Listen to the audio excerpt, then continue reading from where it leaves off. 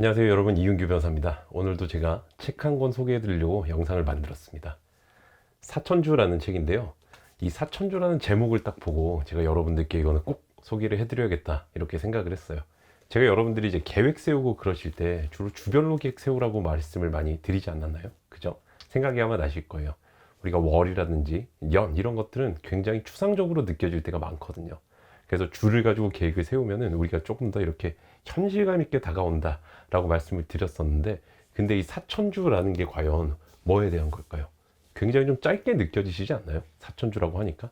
근데 이 사천주가 우리가 80살까지 80살까지 산다고 하면은 그때까지 주로 나눴을 때 그때의 기간이 사천주밖에 안 돼요. 너무 놀랍지 않나요?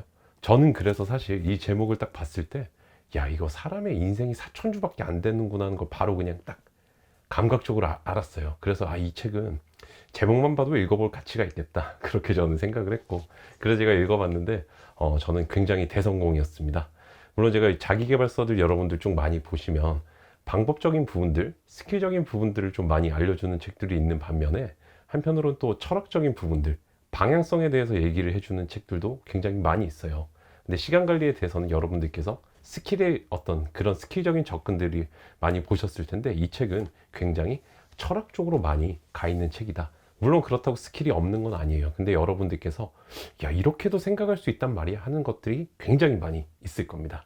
그래서 제가 오늘 책의 이제 중요한 부분들 조금 소개를 해드리고 여러분들 대신해서 한번 책을 살펴볼게요. 일단 여러분들 현대인의 평균 수명을 80세라고 했을 때 우리는 겨우 4천주 정도 사는 것이다. 금방 말씀을 드렸죠. 아주 운이 좋아 90세까지 살 수 있다고 해도 기껏해야 4,700주에 불과하다. 참, 우리가 인생 80세 뭐 이런 얘기를 많이 하지만 90세까지 산다 이런 굉장히 장수하는 것 같지만, 실제 그때까지 기간이 그렇게 길지가 않다는 거예요. 우리가 지금 헛되이 보낸 어떤 주말 같은 것들이 쌓여서 사실 뭐 1, 2주 정도 금방 가지 않나요? 내가 지난주에 혹시 여러분들 주말에 뭐 하셨는지 기억나세요? 맛집 가셨나요? 책을 읽으셨나요? 아니면 그냥 아무것도 안 하셨나요? 미드를 다 주파를 하셨나요? 이런 것들 한번 생각해 보시면 내 인생이 한 주 한 주가 쌓이는 게 4,000번 세면은 인생이 그냥 끝까지 가버린다. 이런 거 아마 좀 굉장히 무서운 생각이 많이 드실 것 같아요. 저는 그랬거든요. 자, 그 다음에 시간과 삶이 분리된 세계. 그럼 우리가 이 4,000주를 어떻게 보내면 좋은가에 대해서 저자가 먼저 이런 얘기를 하고 있어요. 시간의 흐름을 규격화하고 시각하기 위해서는 시간이라는 개념을 우리의 인생과 함께 흘러가는 것이 아닌, 이걸 분리해서 독립적이고 추상적인 실체로 만들어야 했다. 옛날 사람들이, 특히 산업혁명 시절 이후로 전후로. 그 결과 시간은 시계바늘이 움직일 때마다 사라지는 어떤 것이 됐다. 우리가 일반적으로 어떤 시간이라고 하면은 이게 자원이라고 하는 접근법을 요즘 굉장히 많이 쓰지 않나요? 시간을 효율적으로, 그 다음에 내 머릿속에 들어가는 말이 뭐죠? 맞아요, 써야 한다라고들 많이 표현을 하거든요. 시간이라는 거는 효율적으로 써야 하는 거야 라는 걸로 알고 있는데, 실은 과거에는 그렇지 않았다는 거예요. 우리가 뭔가 이렇게 일을 열심히 해야 되는, 그 다음에 추상적인 어떤 인간상들, 여러분들 이렇게 하는 사람이 열심히 사는 사람이고 잘 사는 사람이야 라는 어떤 등식이 생긴 후부터 우리가 거기 맞춰 나가기 시작했다는 거죠. 그러려면은 우리의 원래 삶이라는 거는, 야, 내 삶이 바로 시간이고 시간이 바로 내 삶이어야 되지 않나요? 그죠? 이게 따로 뗄 수 없는 건데, 다른 사람의 어떤 이상적인 삶을 만들어 놓고 따라가다 보니까, 야, 시간이란 것도 저렇게 써야 되는구나 라고 이제 우리가 보기 시작했다는 거죠. 그래서 어느 생산성 중독자의 고백이라는 챕터가 있는데, 여기서 이런 말도 나오거든요. 우리는 일과 삶의 완벽한 균형이라는 환상을 쫓으며 자신을 더 강하게 밀어붙이거나 힘든 선택이 필요하지 않도록 모든 일에 시간을 분배할 수 있다고 약속하는 시간관리 시스템을 이용한다. 참 아찔한 고언이 아닐 수가 없습니다. 우리가 이렇게 지금 딱 살고 있잖아요. 그죠? 근데 여기까지만 들으면 뭔가 장자, 노가적인 어떤 그런 도교 사상인가 하는 느낌도 좀 강하게 오는데, 그런 건 아니에요. 그런 허무주의라고 제가 감히 평가할 수는 없겠지만, 그런 시각을 가지고 있는 건 아니고, 다만 이제 한계의 역설에 대해서 한번 볼까요? 한계의 역설이라는 게 있는데, 이게 자신에게 주어진 시간을 완전히 통제하고 인간에게 주어진 불가피한 제약에서 자유로워지기 위해서 시간을 관리하면 관리할수록 삶이 더욱 불안해지고 공허해지며 좌절감이 커지는 것을 의미한다. 야, 내가 이 시간을 완벽하게 통제해야 돼. 이렇게 해서 내가 정말 치밀하게, 제가 이렇게 딱 말을 할 때, 그래, 내 삶도 그렇지 하면서 고개를 끄덕거리는 분들이 굉장히 많으실 거예요. 맞아요. 수험생 분들께서 학원 커리큘럼 그거 솔직히 사람이 따라갈 수는 있는 건가요? 저는 불가능하다고 생각을 하고 제가 대안도 조금 이따가 제시를 좀 해드리겠습니다. 여러분들의 회사에서의 어떤 삶도 물론 내가 중간중간 똥땡이 피고 커피 마시고 하는 시간들이 있긴 하지만 굉장히 좀 타이트하게 짜여져 있죠. 그죠? 우리는 어떤 이런 완벽하게 시간을 통제해야 된다는 타율적인 또는 자율적인 생각 속에서 살고 있죠. 근데 여기서 효율성의 함정이 하나 나온다는 거예요. 우리가 어떤 일을 할 때 바쁘다고 하는 것은 자신에게 내재된 한계를, 야, 내가 이것만큼밖에 10개 일을 할 수 있어 이렇게 돼 있는데 이걸 뛰어넘으려고 하는 어떤 우리의 노력을 선명하게 보여주는 사례다. 바쁘다는 거는 원래 10개 할 수 있는 사람이 11개, 12개를 시도할 때 바빠진다는 뜻이겠죠.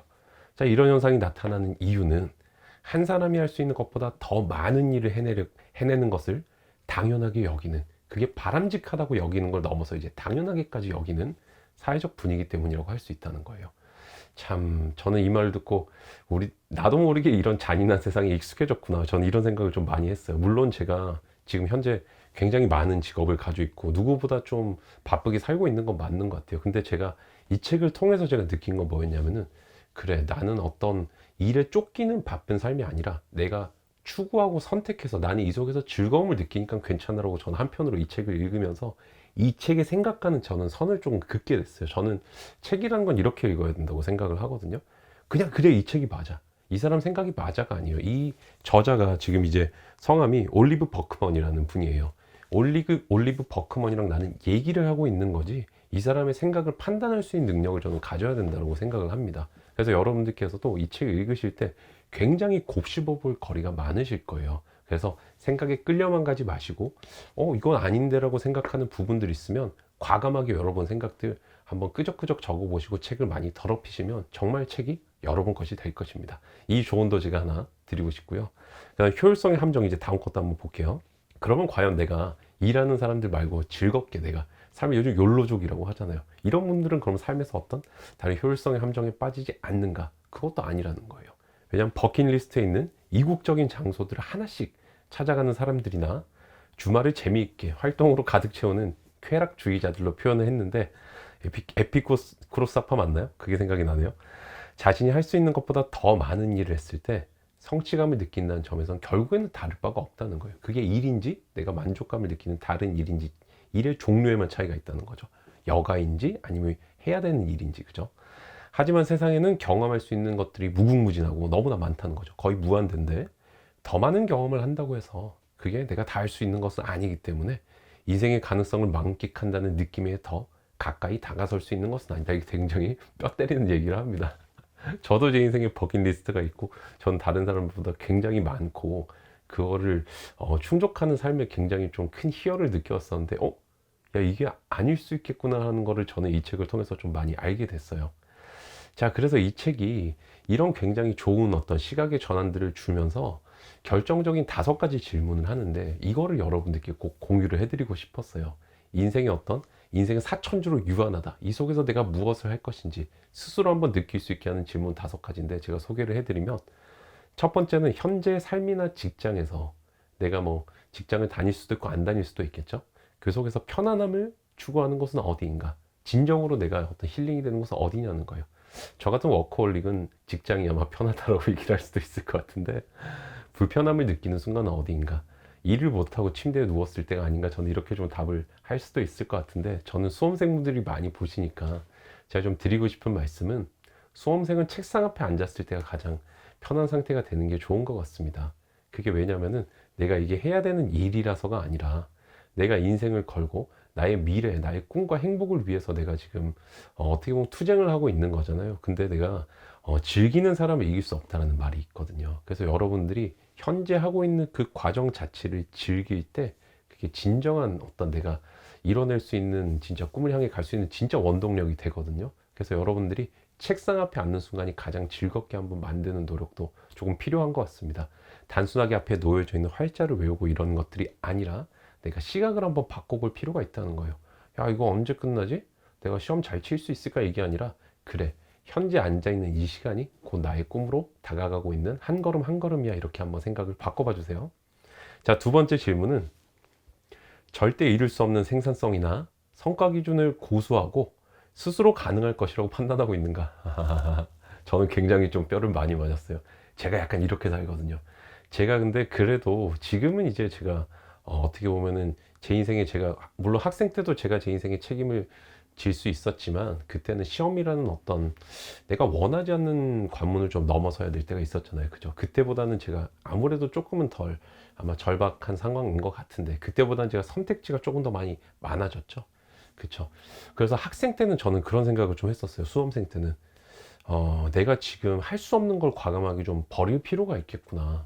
제가 이제 그때 시험 준비를 할 때 재입학을 해서 시험 치고 나서 운 좋게 1차 시험이 되고 나서 제가 그 다음에 졸업 준비를 모두 끝내두고 대학원에 가야만 이제 군대를 연기를 하고 시험을 칠 수가 있었거든요. 사법시험 2차 아예 못 쳤어요. 아니면은.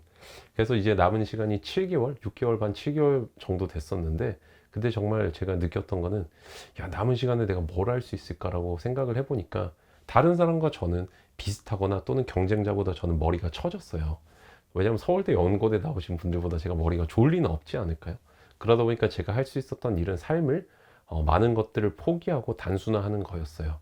뭐 강의를 듣는다든지 불가능한 커리큘럼을 따라가는 게 아니라 내가 가장 확률이 높게 하는 방법은 현재 소화할 수 있는 것만 제대로 하는 거다 이렇게 생각을 해서 그 당시 이제 어떤 문제집들을 모두 모아서 공통적으로 실려 있는 문제들 공통적으로 실려 있는 판례들만 다 추려서 60개랑 한 100개 정도 사이가 됐던 것 같은데 그것들을 먼저 정복하기로 마음을 먹고 공부를 했었거든요. 그래서 이 책의 마지막에 이런 말이 나와요. 에필로그 제목이 진짜 충격적인데 이런 뭐라고 나오냐면은 희망을 포기할 때 싹 트는 힘 이렇게 나와 있어요. 저는 이거를 딱 요 제목을 봤을 때 뭘 느꼈냐면은 수험생 때로 돌아가는 기분이었어요. 그래, 내가 지금 할 수 있는 것들은 제한적이야. 그렇기 때문에 내가 과감하게 할 수 있는 것들만 하고 나머지는 포기하자.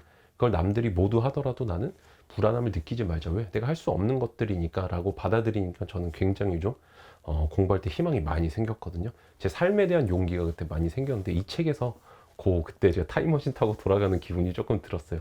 여러분들께도 이 경험을 꼭 공유를 해드리고 싶고 스스로 한번 질문해 보시면 좋겠어요. 내가 이렇게 너무 삶을 빡빡하게 이 책에선 바쁨이라고 표현하고 있는데 이 바쁘게 살고 있는 건 아닌가? 마음의 여유가 너무 없진 않은가? 자, 그럼 세 번째. 어떤 면에서 자신이 생각하는 이상적인 나가 아닌 있는 그대로의 나의 모습을 아직 받아들이지 못하고 있는가? 이것도 두 번째 질문이랑 굉장히 맞닿아 있죠. 이게 뭐냐면은 내가 이상적인 모습을 설정해 놔요, 많이들. 새해가 되면은 뭐 책을 열심히 읽어야 되겠다든지 아니면 어떤 자기 개발을 해야겠다는 거는 어떻게 보면 조금 적은 것 같고 수험생분들이 굉장히 커리큘럼을 다 따라갈 거야. 이것만 하면 다 될 거야 라고 어떤 착각과 그 다음에 헛된 희망 속에 살고 계신 경우가 많지 않나요? 그런 식으로 공부하시는 경우가 되게 많죠. 근데 그건 불가능해요. 여러분들이 제가 과감하게 단언할 수 있는 건 뭐냐면은 학원 커리큘럼 따라가는 거는 절대로 불가능합니다. 그거를 따라가면 합격할 수밖에 없어요. 여러분의 선택지는 이를 악물고 피를 토하고 그걸 따라가시든가 아니면 정말 자기한테 맞는 걸 취사 선택하시는 방법이 있어요. 근데 저는 후자의 방법이 훨씬 편하고 행복하고 효율적이라고 말씀을 여러 번 드려왔어요. 다시 한번 좀 생각을 해보시면 좋겠어요. 다른 사람의 삶에 맞춰 나가기 시작하면서 모든 비극이 시작된다. 그거 다시 한번 좀 생각을 해주시면 좋겠습니다. 자, 네 번째 질문은 자신이 무엇을 하고 있는지 알게 될 때까지 머뭇거리게 되는 삶의 영역은 어떤 것인가? 이게 말이 굉장히 어려워서 제가 원문도 한번 찾아봤는데 별로 도움은 잘 안 되던데요. 뭐냐면은 너무 빡빡하게 계획적으로 살아가는 어떤 의도적인 영역들 말고 즉흥성에 따라 내가 생각하는 부분들이 있지 않나요? 내가 지금 뭐 하고 있는 거지? 이런 부분들조차 삶에서 유효하다는 거예요. 제가 가끔씩 쓸데없는 어떤 짓을 하지만 삶에서는 유효한 경우들이 있다. 제가 수험 생활할 때 노래방 가고 오락실 노래방 가서 노래를 굉장히 많이 불렀었는데 물론 뭐 하루에 10분, 15분 정도였죠. 모아보면 크겠죠. 그 시간 동안 공부를 한 자라도 더 외우면 되지 않겠느냐 하는 분들도 계시겠지만 저는 그 시간에 굉장히 많은 힐링을 했어요. 말하자면 제 인생에서 굉장히 쓸데없는 유효함이었다는 거죠. 공부에는 쓸데가 없지만 인생에는 유효한 것들, 힐링에는 유효한 것들. 여러분들도 그런 것들이 필요하다는 거예요. 삶에서는 적절한 휴식이 필요해요. 그래서 내가 당장의 어떤 목표라든지 성과에는 도움이 안 되는 것 같아도 그런 것들을 너무 멀리하고 배척하지 마시라는 거예요. 조금은 하고 싶고 내가 너무 계획적으로 하지 않아도 그런 강박에 휩싸이지 않아도 내 삶은 돌아가고 충분히 행복할 수 있다 라는 어떻게 보면 단순한 어떤 이 깨달음을 여러분들도 좀 가져가시면 좋겠어요. 자, 그 다음 다섯 번째가 결과물을 내야 하는 부담이 없다면 하루를 어떻게 보내고 싶은가? 한 번씩 여러분들 잠시 멈춰놓고 생각해 보세요. 수험생분들은 내가 시험을 쳐야 되는 게 아니라면 어떻게 보내고 싶은지 한번 생각해 보시고, 직장인분들은 내일이 금요일이라면, 내일이 토요일이라면 이렇게 한번 생각을 해보세요. 그것들이 여러분들의 삶을, 이 팍팍한 삶을 이끌어주는 원동력이 될 거예요. 제가 이 책을 읽으면서 여러분들이 균형감을 조금 가지셨으면 좋겠거든요. 내가 이 책을 보니까 야, 모든 시간까지 다 필요 없어, 나는 내 마음대로 살게, 이게 아니에요. 그게 아니고 어떤 내 삶에 진정한 행복을 주는 것들, 내 인생의 4천주 중에 얼마 정도를 내 진짜 행복을 위해 살 것인가, 그리고 얼마 정도는 내가 그 행복들을 조금은 미루거나 포기하면서 더 다음 발전을 위해 웅크리고 도약하기 위한 어떤 준비 단계를 내가 만들 것인지는 여러분들이 결정하는 여러분 인생의 디자인의 문제예요. 그래서 여러분들이 그런 인생을 디자인함에 있어서 항상 목표는 가지고 있어야 된다는 거예요. 내가 시험이 끝나고 나니까 가끔 이런 댓글들이 있거든요. 합격했는데 생각보다 되게 공허하다. 합격했는데 뭔가 이렇게 좀 삶이 나아지는 것 같지 않다. 이런 분들은 합격 후의 삶을 안 그려보셔서 그래요. 저는 합격 후의 삶을 굉장히 많이 그려봤고 그 삶을 향해 달려나갔거든요. 그러다 보니까 저도 모르게 합격을 하게 된 거예요. 여러분들도 그런 지향점을 조금 더 가지셨으면 좋겠습니다. 내가 과정 속에 머무르는 사람이 돼서는 안 돼요. 나라는 사람이라는 거 항상 발전하고 행복해지기 위해서 존재하는 거 아닌가요? 그죠? 근데 과정에 매몰되다 보면, 물론 과정이 어려우니까 그렇죠. 충분히 10분 이해는 합니다. 그렇지만 여러분들이 스스로에 대한 책임감으로 내가 나의 어떤 목표, 이상점 같은 것들을 항상 꽉 붙잡고 갈 수 있는 사람이 돼야 된다는 거예요. 그렇지 않으면 내가 내 삶의 원동력을 나도 모르게 상실해버릴 우려가 있습니다. 자, 그래서 이제 이 책의 마지막에 보면은 되게 재밌는 게, 이 책이 원래 딴 책의 본론에 나오는 것들을 부록에 실어뒀어요. 시간의 유한함을 받아들이는 방법 10가지, 이렇게 해서 이제 쭉 소개가 되어 있는데, 제가 이거 간단하게 소개 드리고 이번 영상을 끝내도록 하겠습니다. 첫째는 동시에 진행하는 작업의 수를 제한하기. 제가 하루에 5과목 공부하고 이러면 망한다고 말씀 많이 드렸죠. 이게 일을 할 때도 마찬가지인데, 이거 직장인분들 굉장히 잘 아세요. 한 번에 한 가지 일만 하시는데 수험생분들은 이 당연한 진리를 잘 몰라요. 이거 한번 꼭 실천해 주시고, 두 번째, 할 일을 목록하기. 좀 죄송한 표현인데 건방지게 내가 머릿속으로 뭔가를 생각하고 하는 거는 불가능합니다. 반드시 내가 해야 할 일들이 뭐가 있는지 시각화 시켜서 꼭 한번 파악을 해보시기 바래요. 자, 그 다음 세 번째, 무엇을 포기할 것인지 미리 결정하기. 이건 말씀드렸죠. 내가 어떤 삶에서의 윤택함, 안락함, 이런 것들을 친구들과 잘 놀고 어떤 재미를 느끼겠다, 이런 걸 포기해야 시험이 되겠죠. 그런 여러분들이 삶에서의 밸런스를 찾는 것도 실력이다. 이것조차 시간 관리다라는 거를 한번 기억을 해 두시면 좋겠고, 네 번째, 해야 하는 일뿐만 아니라 이미 완료하는 일에 집중하기.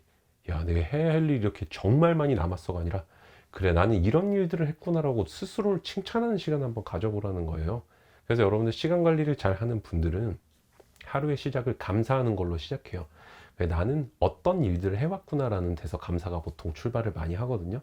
그렇기 때문에 내가 오늘 하루를 살 수 있는 어떤 힘을 얻는 거예요. 여러분들도 뭐를 해야 되는 게 남았어가 아니라 내가 어떤 걸 해왔고 나는 얼마만큼의 가치가 있는 사람인지 한번 되돌아보시는 시간을 꼭 가지시면 좋겠습니다. 자, 그 다음에 다섯 번째가 관심을 쏟을 곳을 제한하기. 이건 제가 제목을 조금 바꿨어요. 이 책이 어떤 번역 부분은 제가 요렇게 전달하면 조금 더 좋을 것 같더라고 제가 마음대로 바꿔서 출판사 분들께 혼날 수는 있는데, 저는 요게 좀 더 와닿는 것 같아요. 내가 여러 가지 관심을 다 두지 말고, 사람이 할 수 있는 것들이 제한적이잖아요. 내 어떤 흥미를 끄는 것들이 주변에 많죠. 요즘 특히 선거철이니까 뭐 정치에 관심도 많이 가실 거고, 내가 뭐 록 음악을 좋아하면은 음악사에도 관심이 많이 가실 거고, 미술을 좋아하면 또 미술에 어떤 열릴 때마다 그런 데 관심이 가실 텐데, 그것 중에 한두 개만 딱 보시라는 거예요. 너무 다양한 관심들을 가지는 것들은 내 삶에서 내 삶을 추상적으로 만들 뿐이라는 거죠. 손에 넣을 수 있는 뭔가 하나에 집중하는 삶이 굉장히 중요하다, 이런 말씀을 조금 드리고 싶어요. 저는 그렇게 해석했고요. 여섯 번째, 디지털 기기에서 유혹의 요소를 제거하라. 요것도 제목을 제가 조금 바꿨는데, 제 핸드폰은 이제 깜짝 놀랐어요. 여기 보니까 어떤 책에 나오는 예시가, 어떤 분이 핸드폰 진짜 통화하는 기능으로만 쓰려고 하신 것 같아요. 흑백 화면으로 만들어 버렸다. 이메일이라든지 이런 걸 다 제거했다. 근데 이것들은 구글의 메이크 타임에도 나오는 거거든요. 기법인데, 내가 방해 요소들을 지우고 진짜 이거를 기계로 원래의 목적에 맞게 단순화시켜서 쓰는 게 굉장히 삶에 도움이 많이 됩니다. 그래서 여러분들이 특히 우리가 요즘에 노트북이라든지 어떤 뭐 탭이라든지 이런 걸로 공부를 많이 하시는데, 그때는 진짜 공부만 해야 된다는 거예요. 보통 거기서 한번 구글을 눌러본다든지 유튜브 누른다든지 인스타로 들어가면 벌써 시간이 한두 시간이 지나가 버리죠. 그런 데서 조금 벗어나라는 요즘에 좀 보편적인 어떤 조언들이 이 책에서도 해주고 있어요. 일곱 번째가 일상 속에서 새로움을 찾아내기.